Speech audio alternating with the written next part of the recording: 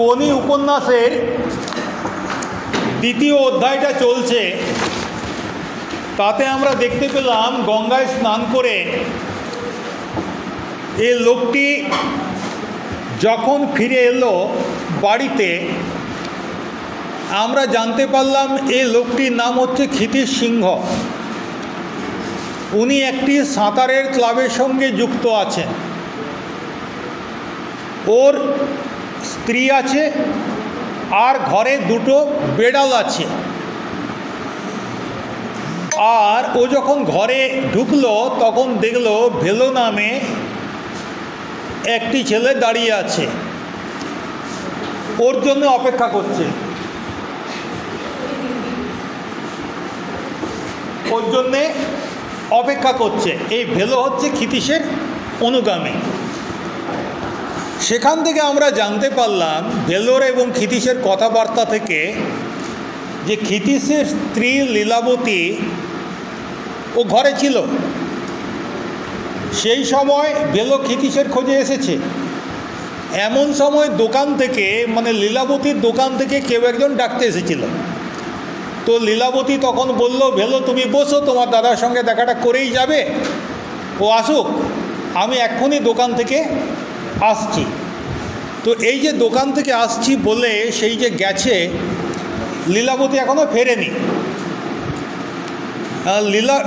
ক্ষিতীশের সঙ্গে ভেলোর যে কথাবার্তা হলো তাতে আমরা জানতে পারলাম যে ক্ষিতীশকে তাড়ানোর জন্যে একটা ষড়যন্ত্র হয়েছে। কোথা থেকে তাড়ানোর জন্যে?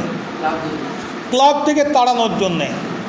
কারণ ক্ষিতীশ হচ্ছে ওই ক্লাবের চিফ ট্রেনার, প্রধান প্রশিক্ষক। সাঁতারুদের প্রশিক্ষণ দেয়। ক্লাবটা হচ্ছে সুইমিং ক্লাব। এখন হরিচরণের বহুদিনের ইচ্ছে ক্ষিতীশকে সরিয়ে চিফ ট্রেনার হওয়া। তো সেই জন্যেই ও তো এমনিতে পারছে না, পারবেও না। ক্ষিতীশ নিয়ম শৃঙ্খলার ব্যাপারে খুব কড়া, আর কড়া বলেই ও যারা ট্রেনি সাঁতারু, মানে যারা সাঁতার অভ্যাস করে, তাদেরকে প্রশিক্ষণ দেওয়ার সময় ও ধমকাধমকি করে। তো এখন দেখো,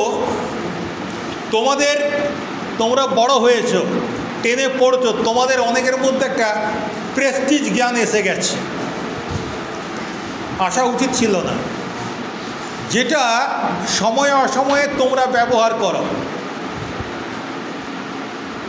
ক্লাস থেকে বেরিয়ে যা, যখনই বললাম কেন বেরোবো স্যার, আমি কি দোষ করেছি, আমি করি নাই স্যার। তার মানে কি? এই যে উগ্রভাবে কথা বলা, এটা হচ্ছে ইগো। ওর ইগোতে লেগে গেছে যে এতগুলো মেয়ের সামনে আমাকে এইভাবে বেরোতে বলছে, আমার কি প্রেস্টিজ নেই? ইগোতে লেগে গেছে। ঠিক আছে, স্যারকে দেখে নেবো, চল। তো এরকম হয়। এরা দীর্ঘদিন ধরে সাঁতার প্র্যাকটিস করছে। এদের মধ্যে অনেকে বিভিন্ন চ্যাম্পিয়নশিপে নেমেছে এবং অনেক জায়গায় প্রাইজ পেয়েছে। ফলে ওদের মধ্যে একটা আমি কি হনুরে ভাব এসে গেছে। তাহলে এই সময় ক্ষিতীশ যখন একটু ধমকাধমকি করে, তো ছেলেগুলোর একটুকু লাগে। কিন্তু লাগলে কি হবে? করার তো কিছু নেই। তোমাকে তো ক্লাবের নিয়মকানুন মানতে হবে। স্কুলে তুমি পড়ছো, স্কুলের নিয়মকানুন মানতে হবে। তোমার আচরণটা ছাত্রসুলভ হবে। ফলে এদের ক্ষিতীশের উপর রাগ হলেও এরা কিন্তু সেভাবে কিছু করতে পারেনি। কিন্তু হরিচরণ ও দেখেছে যে ক্ষিতীশের উপর কয়েকটা ছেলের একটু ক্ষোভ আছে। তখন হরিচরণ দেখল যে এদেরকে দিয়ে যদি ক্ষিতীশের বিরুদ্ধে অভিযোগ করায় এবং সেই অভিযোগ নিয়ে ক্লাবের মিটিং যদি ডাকা করাতে পারি,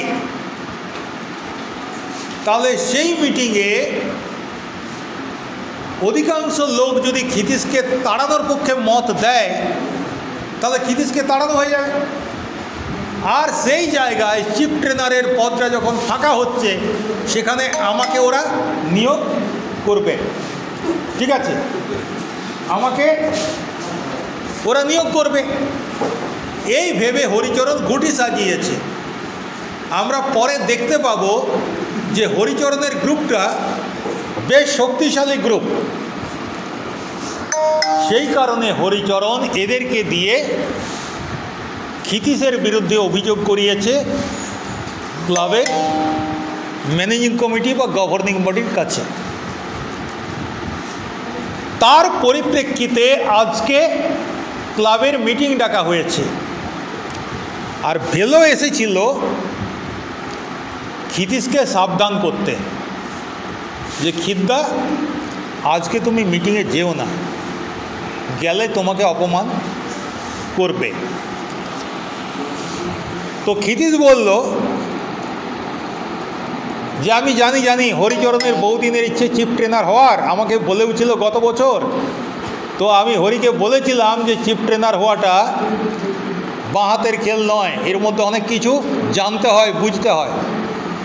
তখন ভেলো বলছে, আজকের পড়া এখান থেকে শুরু হচ্ছে, ভেলো বলছে ক্ষিতদা তোমার এই লেকচার দেওয়ার বদভ্যাসটা ছাড়ো তো, এক কথায় যেখানে কাজ হয় সেখানে তুমি 10টা কথা বলো, এটা ঠিক নয়।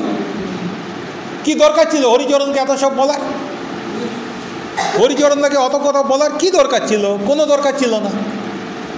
তুমি যখন বুঝতে পেরেছো হরিচরণ এরকম তার মানসিকতা আছে, হরিচরণ তোমার বিরুদ্ধে ষড়যন্ত্র করছে, তো হরিচরণকে ওই সব এত সব কথা শোনানোর তোমার কি দরকার ছিল? তুমি এক কান দিয়ে শুনে আরেক কান দিয়ে বের করে দিতে পারতে, এগুলো তো তোমার বদভ্যাস। তো সে যাই হোক, যাকে আজ তুমি মিটিংয়ে কিন্তু যেও না, ওরা ঠিক করেছে তোমাকে অপমান করবে।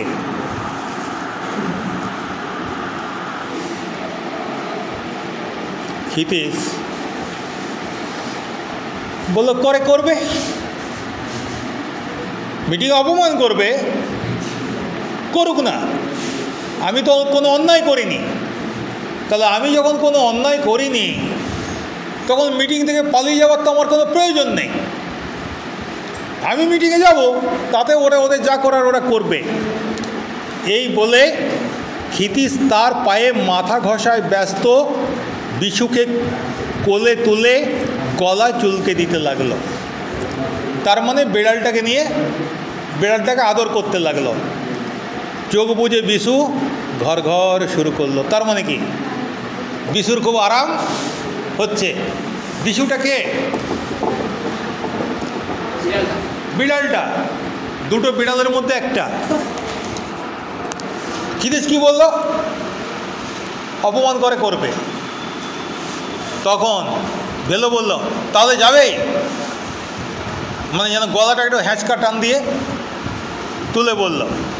আসলে গলাটাকে হ্যাঁচকা টান দিয়ে তুলে নয়, ওর প্যান্টটা নেমে যাচ্ছিল, ঢলঢলে প্যান্ট কোমর থেকে নেমে গেছিল।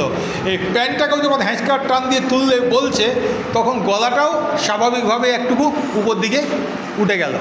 তো ভেলো নেমে যাওয়া প্যান্ট এবং কণ্ঠস্বর একসাথে হ্যাঁচকা টান দিয়ে টেনে তুলে বলল তাহলে যাবেই।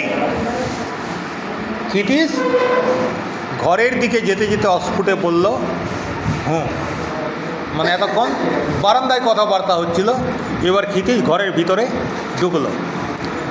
বোঝা গেল যে ক্ষিতীশ দৃঢ় প্রতিজ্ঞ, সে মিটিংয়ে যাবে। ঠিক তখনই বাড়িতে ঢুকলো লীলাবতী সিংহ। কে লীলাবতী সিংহটা? কে? ক্ষিতীশের স্ত্রী। সিংহ মানে সিংহই, অতি ছোট্টখাট্ট, গৌরবর্ণা এবং গম্ভীর। লীলাবতীর উচ্চতা কত? খুব বেশি নয়, অতি ছোট্টখাট্ট। গৌরবর্ণা মানে কি? গায়ের রংটা ফর্সা, সাদা নয়, গায়ের রংটা ফর্সা। না, সাদা আর ফর্সার মধ্যে তফাৎ আছে। সাদা চামড়া তোরা দেখতে পাবি ইউরোপের লোকেদের চামড়াটা হচ্ছে সাদা, ঠিক আছে, আর আমাদেরটা সাদা নয়, কিন্তু আমরা বলি ফর্সা, আমাদের মধ্যে একটু কালোর ভাব আছে। আমরা নিজেদেরকে অনেক সময় আমরা ভাবি আমি সাদা, ও একটু কালো, ওর গায়ের রঙটা দাবা, ও শ্যামবর্ণ, কিন্তু ইংল্যান্ড ফ্রান্সের লোকের চোখে আমরা সবাই কালো, ঠিক আছে। এই তফাৎটা ওদের চোখে ধরা পড়ে না। তো যাই হোক, গৌরবর্ণা মানে আমাদের মধ্যে যেটাকে ফর্সা বলা হয়, এবং গম্ভীর। গম্ভীর মানে একটু রাসভারী। আমি এমনি এমনি সিংহ বলিনি, সত্যিকারের সিংহ, ছোটোখাটো সিংহ। তোমরা মনে করে দেখো, যখন ক্ষিতিশ ভেলোকে বলেছিল যে ভেলো একটু চা বানাতো, ভেলো কী বলেছিল যে বৌদি যদি এসে পড়ে, ক্ষিতিশ একটু ভেবে নিয়ে বলল তাহলে থাক। বোঝা যাচ্ছে সংসারে একটা ভালো দাপট আছে লীলাবতী সিংহে। তো লীলাবতী ঢুকলো, তার পায়ে চটি, হাতে ছাতা, দুজনের দিকে তাকিয়ে দেখল একবার, হয়তো পরিস্থিতিটা বোঝার চেষ্টা করলো যে ভেলোর সঙ্গে ক্ষিতিশের কি কথা হচ্ছে। তো দুজনের দিকে তাকিয়ে অবশেষে ভেলোকে বলল, ভেলো, বেলা অনেক হয়ে গেছে, এখন আর খালি মুখে তুমি যেও না, 4টি ভাত খেয়ে তারপরে যেও। ভেলোর হঠাৎ যেন কাণ্ডজ্ঞান ফিরে এলো। হ্যাঁ, তাই তো তাই তো তাই তো, ঘড়ি দেখে ব্যস্ত হয়ে বলল, না না বৌদি, বড্ড দেরি হয়ে গেল, বাড়িতে ভাত দিয়ে বসে আছে, আমি এখন যাই। তো খিদ্দা, তোমার কিন্তু না গেলেই ভালো। যাওয়ার সময় আরেকবার ক্ষিতিশকে মনে করিয়ে দিল। ভেলো যেন লীলাবতীর হাত থেকে পালিয়ে বাঁচতে চাইছে, যে যদি বৌদি জিজ্ঞাসা করে কোনো কিছু, তাহলে তো আমাকে উত্তর দিতে হবে। আর আরেকটা কারণ হচ্ছে কি, যে আমি অসময়ে এসেছি, এখন ওদের খাবার সময়, তাহলে আমার এখানে থাকাটা আর উচিত নয়। সেই কারণেও হড়বড় দড়বড় করে চলে গেল। যাওয়ার সময় ক্ষিতিশকে আরেকবার স্মরণ করিয়ে দিয়ে গেল যে ক্ষিতিশ না গেলেই সেটা ক্ষিতিশের পক্ষে ভালো হবে। কোথায় না গেলে? মিটিংয়ে, আজকে ক্লাবের যে মিটিংটা আছে তাতে। তো ভেলো চলে যেতেই লীলাবতী প্রশ্ন করল, না গেলেই ভালো মানে কি ব্যাপার? ভেলো কি বলল, না গেলেই ভালো? না গেলেই ভালো মানে কি? ক্ষিতিশ বলল, আজ ক্লাবের একটা মিটিং আছে, ও বলছে সেখানে আমাকে নাকি কেউ কেউ অপমান করবে, যাতে আমি ক্লাব ছেড়ে বেরিয়ে যাই। লীলাবতী বলে, তাহলে তো ভালোই হয়, তোমাকে যদি ক্লাব থেকে তাড়ায় সেটা মঙ্গল। ক্লাব করে কোনো দিন তো ব্যবসাটার দিকে তাকালে না। আমি একা মেয়ে মানুষ, আমাকে কিনা দোকান দেখতে হয়। সত্যিকারের লীলাবতীর এই কথাটার মধ্যে যুক্তি আছে। স্বামী স্ত্রীর সংসার যদি হয়, আমরা সাধারণভাবে কি জানি, স্বামী রোজগার করে আনবে আর স্ত্রী ঘরকন্যা সামলাবে। কিন্তু লীলাবতীর ক্ষেত্রে ব্যাপারটা পুরো উল্টো হয়ে গেছে। ওর স্বামী ক্ষিতিশ সিংহ দিনরাত ক্লাব করেই পাগল, ক্লাব নিয়েই পড়ে থাকে। তাহলে সংসারটা টানার জন্যে লীলাবতীকে আজকে ব্যবসা করতে হচ্ছে, দোকানটায় লীলাবতীকে বসতে হচ্ছে। তো লীলাবতী মানে খুব অভিমানে বলল এটা, যে তোমাকে যদি অপমান করে ক্লাব থেকে তাড়ায় তাহলে ভালো হয়। ক্লাব করে তো কোনো দিন ব্যবসা দেখলে না, আমি মেয়ে মানুষ, আমাকে কিনা দোকান দেখতে হয়, নেহাত ছেলে পুলে নেই তাই। এটাও সত্যি কথা। একটা দুটো বাচ্চা যদি থাকতো তাহলে লীলাবতী কি ঘর দুয়ার সামলে দোকান করতে পারত? তাই যদি ক্লাব তোমায় তাড়ায় তাহলে আমি বেঁচে যাই। মানে কতটা অভিমান করে কথাটা বলছে তোমাদেরকে ভাবতে হবে। তার স্বামীকে অপমান করে তাড়াবে, এটা বউয়ের কিন্তু তার স্ত্রীর লাগে, বুকে লাগে, সম্মানে লাগে, কষ্ট হয়, যন্ত্রণা হয়, কিন্তু তবুও লীলাবতী বলছে তোমাকে তাড়াক, তাহলে অন্তত তুমি সংসারটার দিকে একটু তাকাতে পারো। লীলাবতী রান্নাঘরে ঢুকলো। ক্ষিতীশ বিষণ্ণ চোখে দালানে বসে বিশুর মাথায় আনমনে হাত বোলাতে লাগলো। লক্ষ্য করে দেখো, বিষণ্ণ চোখে। বিষণ্ণ মানে কি? বিষাদগ্রস্ত, দুঃখ পীড়িত, দুঃখিত। মানে ক্ষিতীশের মুখ দেখেই বোঝা যাচ্ছে ও খুব কষ্ট পেয়েছে। কেন কষ্ট পেয়েছে? কারণ ক্ষিতীশ মনে মনে ভাবছে ও তো যাবেই মিটিংয়ে, জেদি লোক, কিন্তু মনে মনে ভাবছে যে ক্লাবটাকে আমি নিজের প্রাণ মনে করি, নিজের জীবন মনে করি, যে ক্লাবটার জন্যে আমি জীবনের পুরো সময়টা দিয়ে দিলাম,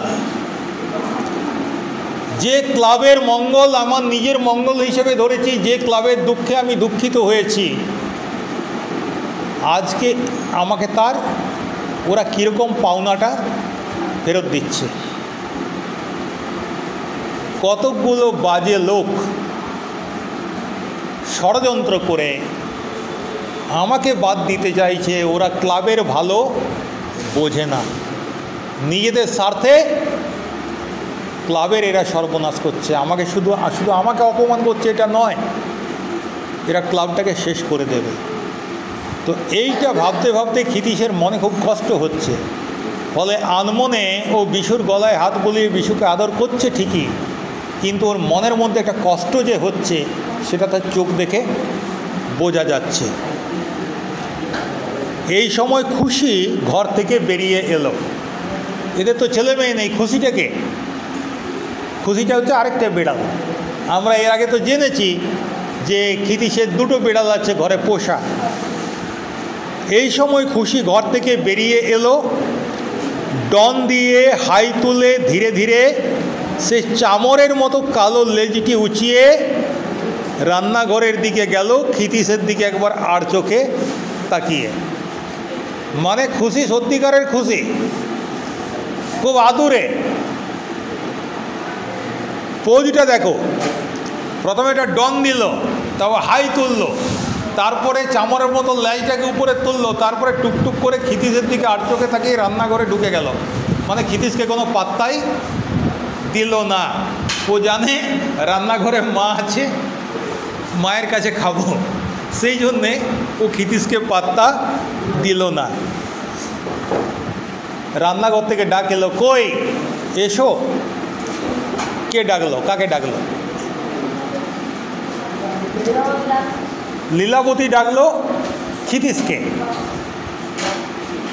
যে ভাত বেড়ে দিয়েছি, খাবে, এসো। এটাই বললো, কই এসো। ক্ষিতীশ অস্বাভাবিক গম্ভীর মুখে গিয়ে ভাত খেতে বসলো। গম্ভীর বোঝা যায়, কিন্তু অস্বাভাবিক গম্ভীর মানে কি? মানে ক্ষিতীশ সচরাচর এতটা গম্ভীর থাকে না। আজকে ওর এই গাম্ভীর্যের কারণটা কি? কারণটা ওর মনের মধ্যে ওই বিষয়টা ওঠা পড়া হচ্ছে, যেটা একটু আগে তোমাদের সঙ্গে আলোচনা করলাম। ফলে ক্ষিতীশের মুখ অস্বাভাবিক গম্ভীর। সে অস্বাভাবিক গম্ভীর মুখে গিয়ে ক্ষিতীশ ভাত খেতে বসল।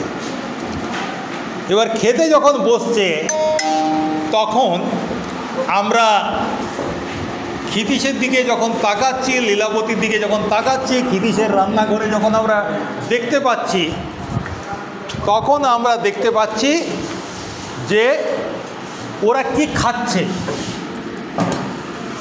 খাওয়ার আয়োজন সামান্য, চর্বচস্য লেজ্জ পেয় নয়, অতি সামান্য আয়োজন। রান্না হয় কুকারে, মানে প্রেশার কুকারে। আচ্ছা, প্রেশার কুকারে আমরা সাধারণত কেন রান্না করি? যাতে সুসিদ্ধ হয়, তাই তো? যেসব জিনিস ভালোভাবে সেদ্ধ করার প্রয়োজন হয় সেগুলো আমরা প্রেশার কুকারে দিয়ে রান্না করি। তো হ্যাঁ, এখানেও আমরা দেখতে পাচ্ছি প্রায় সবই সেদ্ধ। ওই আলু চচ্চড়ি, বেগুন ভাজা, বেশ ভালো করে তেল দিয়ে ভালো মশলা দিয়ে একটু আলুর দম করা, আমি মাছ মাংস তো ছেড়েই দিলাম, এরকম নয়।